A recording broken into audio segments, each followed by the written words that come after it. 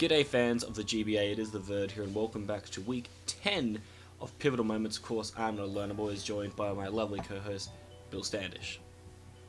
Yeah, and welcome to the week, I believe, week 10 of Pivotal Moments. We are in the second last week of the season, so all of our coaches are playing phenomenally and finishing up their seasons fantastically, which has just been a treat to watch. That is true. I do apologise for my absence last week. Being sick is never fun, guys. I do not recommend. But regardless, we are going to crack into the matches this week. We're going to start with the Alola Athletic against the Utah Jasmine. And one thing I just want to point out is the Stone Edge misses that happened with Hippo. It was just really frustrating for Stevo because if they had landed, it meant that the Rotom would be in range of the Surf in the Rain. And that would have been just really crucial for a potential comeback. But in the end, it just didn't really work out for him. The other thing we want to talk about in that game is Reuniclus came to the game and it didn't really do anything. It set up a Trick Room and then died the next turn, which is never really that great. Or maybe it went for a Psyshock and failed to kill, I can't quite remember. But I think it's quite funny as the week before, I believe Jar and Asta mentioned, you know, where's Reuniclus? What's Reuniclus doing? And then it comes to a game and does absolutely nothing. So a bit of a funny point at that point. On to our next game here, and we have the Tampa Bay Luxrays against the Free State Torracats. Big divisional game with Mono pulling out the winner. One really nice prediction Mono made in this game was when he predicted the Landorus Incarnate to come in and went for the Ice Punch with Rhydon and was able to just Oko that thing straight out. That was a huge shot on Duncan's team and just a really pivotal moment in the match. Another really pivotal moment in the game was when it was Jirachi versus Venusaur. Mono's Jirachi was built to deal with the +2 in the Sun Venusaur, and it went for the Zen headbutt on it, and it unfortunately missed. This is really important because the Venusaur would have been dead and gone at that point, and Mono really had to play around the Venusaur in the Sun for the rest of the game in order to pull out a win there. But luckily he was able to do that, so fantastic playing after a bit of hacks on Mono's side. Yeah, this is why we run Heart Stamp now, kids. This is the reason. For the hacks, it's there so you don't miss. That's true. Moving on to our next game, we have the Pittsburgh Piratas up against the Philadelphia Scissors. One big thing that was kind of like a little bit pivotal, I feel, just was the way that Tup played. He kind of just continually was playing what was in front of him and not thinking about like things in the long term. Where like he was in with Tangrowth and like Chimp had just killed off one of his mons, and like Tup decided to go for Leech Seed. Now I don't know if he was predicting the Dougie to stay in for God knows what reason, because clearly it was scarfed if it could outspeed and kill a Tapu Koko. And the fact was that Chimp still had the Decidueye in the back, and he did reveal that he had access to Knockoff on Tangrowth. So I feel Knockoff was by far the better play, because it would have killed Decidueye from that range. Yes, it would have brought back in Kieran, but at that point of the game, like, you can't just... I know he's probably Leech Seeding, predicting Kieran to come in, but at the same time, Decidueye is a Grass type. It's clearly designed to be bulky, since it was coming in against Koko. So I just feel overall he definitely could have predicted a lot better in this game. And the other play from this game, as briefly mentioned, was the Scarf Dougie that Chimp brought. It was able to effectively deal with the Tapu Koko that was setting up and proving to be a bit of a threat on Tup's team, but it was effectively prepped for and was dealt with the Scarf Dougie. So fantastic prep on Chimp's part. Next game we're going to talk about is the San Francisco Giants against the New Orleans Pelipers. Now this game is a little bit controversial because it is yet another game that was decided by Timer Stall. Well, not Timer Stall, but like, well, yes, it is Timer Stall, I'm going to say. I mean, for me, I'm not like the biggest, like, obviously I get that Timer Stall is a way that people can win battles now. Like, it is a strategy. It's just unfortunate that, I feel I get it. Like, if you're put into a corner and you're like, well, I have to do this in order to win, I'm more of a fan of, you know, just trying to win outright, like having the team that can beat the other person's team. So, I guess this is more just, like, there wasn't really too much in the match I wanted to say that was pivotal. It was more just, you know, Geo played well around the Volt Turn core. It was just very back and forth, but Geo just had a very fat team that was able to swallow a lot of hits and stall John out, and eventually he won 5-4 when a timer ran out.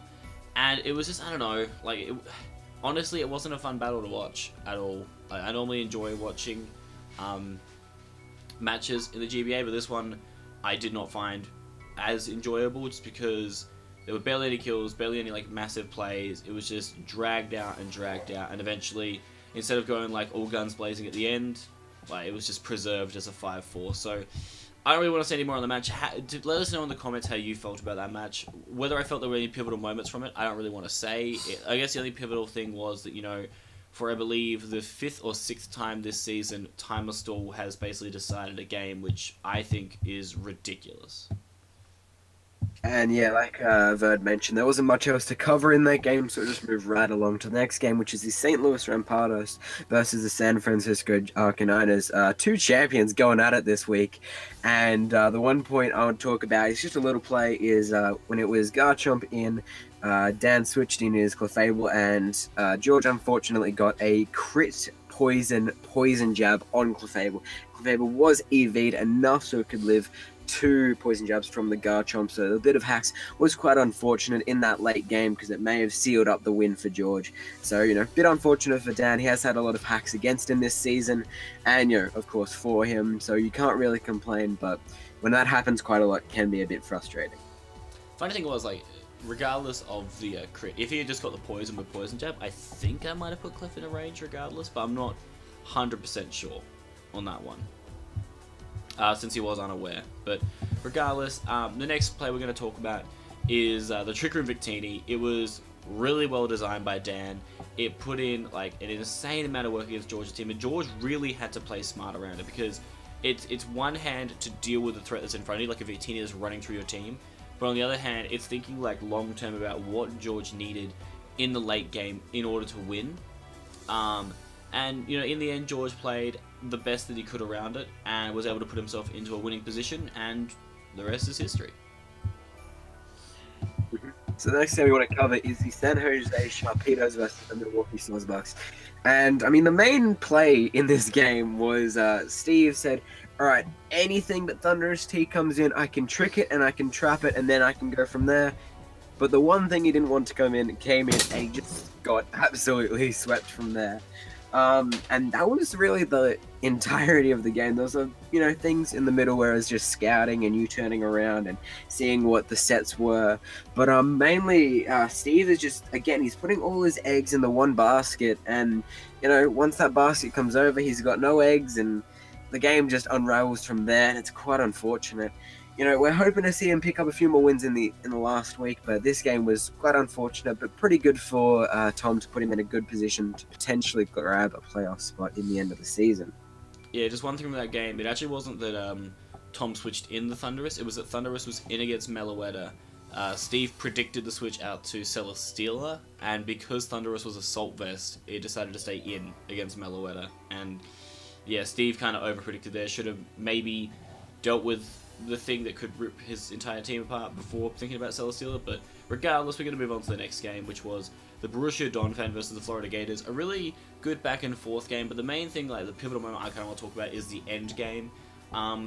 Late game, it was Whimsicott, with Diggersby and Heatran up against Donphan, Magearna, and oh my god, the last Pokemon was Lucario with an air balloon. So basically, in that situation, Gator knew that because Lucario had the air balloon, Diggersby couldn't beat it. So his only hope was sending in Whimsicott to get up a Tailwind, going out to Heatran, hitting 2 Fire Blasts, and then it was GG. And he was fearing that Lars would make the play of switching out from Magearna into into Donphan to stall out the Tailwind turns. Fortunately for Gator, Lars decided to stay in with Magearna and knock out the Whimsicott, which basically allowed Heatran to come in and clean up from there. I think, you know, there was the potential for Lars to try and stall out Tailwind, because if he'd done that, I think that either Lucario, or definitely Lucario at that point, pretty much had the game on lock. If he could just get rid of Whimsicott with other things on his team, definitely had a really good chance to pick up the W there. So, I mean, Lars considered a choke. I really don't know how it would have played out, because it really depends on how Lars would have made those last few plays, but in the end, Gator did the one thing he knew that could make him win the game, and it worked out for him, so props to Gator for that. Nothing really else to cover in that game. Like Ved said, it was very just back and forth in the beginning. So we'll move right along to the next game, which was the Detroit Steel Wings versus the San Diego Chim Chargers. And I just want to point out the Cabalion set that Crimson brought. It was absolutely fantastic. It was perfect for the matchup, but he just used it really badly, in my opinion. He always just attacked what was in front of him, never predicting with it. Like, for example, when it was Landorus versus Cabalion, the U-turn was quite obvious, but he went for the HP Ice regardless. There was players that was like, you should go for Volt Switch at this point, or predict the Lando to come in. He was playing quite obvious with it, and Envy was able to play around the set very effectively, which is unfortunate for Crimson, because a big mon in that game just got absolutely countered by Envy's playing skill. Yeah, the Don put in the finest there. But last thing I guess we're going to talk about is the Belly Drum Smeargle that Crimson used. I want to put this down as a pivotal moment because in this situation, I think this set definitely could have worked. Because I don't recall Envy's Empoleon having Roar, but I think the one thing that Crimson did with the Belly Drum Smeargle set was he just used Belly Drum at the wrong time. Now, because he had burned the Empoleon, it meant that he had to switch into Spore every single time. So on that turn where Crimson was possibly going to click Spore, if he had clicked Belly Drum that turn, he would have outsped Empoleon, could have gone for the Baton Pass out to Kyurem. Now, the Empoleon had Surf, not Scald, so Kyurem couldn't get burned, and then it was a Scarfed Kyurem at +6, and that literally could have won Crimson the game. But instead, he went for the Spore on the burned Empoleon, then tried to go for the Belly Drum, and obviously Surf is more than strong enough to knock out the Smeargle. So I just think if he'd done it a turn earlier, and if the Empoleon did not have access to Roar, then it would have made it not only a closer game, but probably more in Crimson's favour, because Envy did not really have a lot for that Kyurem set. Yeah, for sure.